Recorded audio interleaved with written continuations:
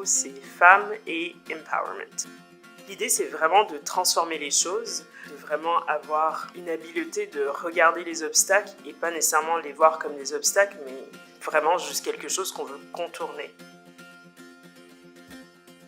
Ce qu'on a voulu faire, c'est créer un produit qui, lui, nous permettrait d'oublier ce qui est normalement un moment du mois qui est lourd, qui est compliqué, où on se dit « Oh, j'ai mes règles, ça va être une semaine un peu compliquée ».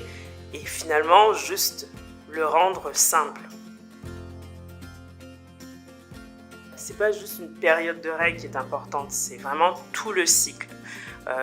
C'est qu'il y a des fluctuations hormonales tout le long et prendre connaissance de ces fluctuations-là et se dire comment je vais vivre tous ces instants, comment je vais maîtriser plutôt que subir ce qui se passe dans mon corps, comment je deviens maître de qui je suis et j'en fais une force plutôt que quelque chose que je subis.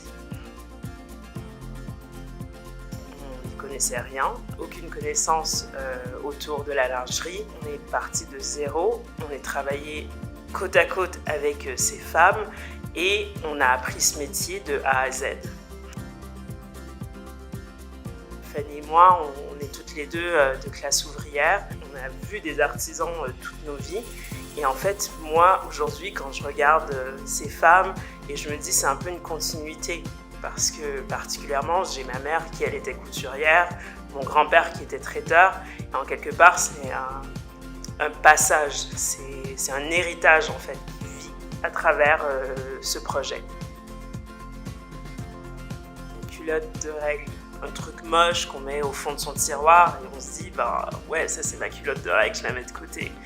En fait, ce qu'on voudrait, c'est que ça devienne vraiment une vraie pièce de lingerie, un truc qu'on enfile, qu'on se sent bien dedans et qu'on se dise c'est good, j'ai ma culotte Fempo, je suis bien, je suis prête à attaquer le monde et tout ce qui va venir devant moi aujourd'hui. Très souvent, dans le textile et la lingerie particulièrement, on demande aux femmes de vraiment rentrer dans un moule.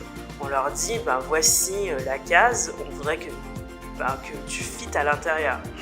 Et nous, ce qu'on s'était dit, c'est qu'en fait, c'est tout à l'inverse. C'est que nous, on doit être celles qui rentrent dans le cadre des femmes qui nous parlent. Donc, ce qu'on a voulu faire, c'est vraiment travailler avec elles, apprendre qui elles étaient, et construire un produit autour de ces femmes-là. Est-ce qu'elles étaient grandes? Est-ce qu'elles étaient rondes? Est-ce qu'elles étaient fines? Est-ce qu'elles en avaient besoin pour le sport? Tout ça, on s'est dit, on prend tous ces éléments-là, cette information, et on crée autour des femmes.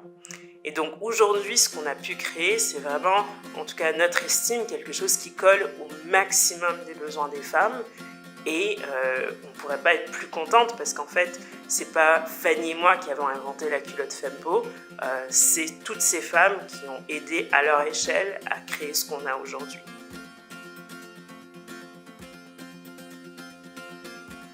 Ce qu'on a voulu faire avec Fanny, c'est vraiment par le biais de l'entrepreneuriat, qui est plutôt venu assez naturellement, c'est se dire voici un chemin qui va nous permettre d'avoir notre autonomie, un chemin qui va nous permettre de ne pas attendre la reconnaissance, mais la prendre pour nous-mêmes et vraiment tracer notre route.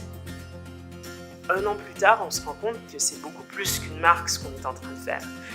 En fait, toutes ces conversations mènent à un changement sur comment on vit ses règles, mais aussi comment on vit son corps, comment on le comprend et comment on peut s'approprier cet espace. Donc en fait, c'est pas une culotte ce qu'on crée, c'est un mouvement. C'est une nouvelle façon de comprendre son corps et ses règles. Et un mouvement, lui, demande beaucoup plus qu'un logo, il demande un emblème. Et donc c'est ce qu'on essaie de construire aujourd'hui et c'est ce qu'on vous présente avec l'emblème Fempo.